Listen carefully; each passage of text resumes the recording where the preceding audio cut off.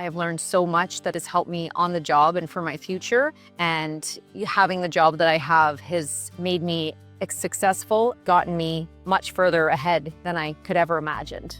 My name's Amanda Steffler. I'm a Mechanical Techniques Plumbing Program graduate, and I am currently a fifth-year plumbing apprentice. My motivation to choose the Mechanical Techniques program was I lost my job after working in an office environment for over 20 years. And at 43, I needed to start over. So I went for a tour of the plumbing shop at Conestoga campus and decided that plumbing would be the thing for me.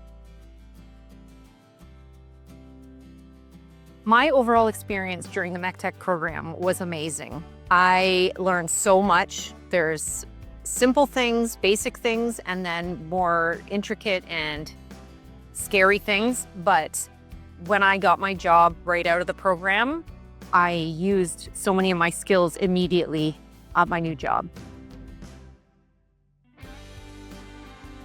Something that was memorable for me during the MECTEC program were the teachers.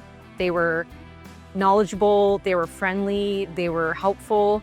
They made such a difference in not just my experience in the program, but just my life in general.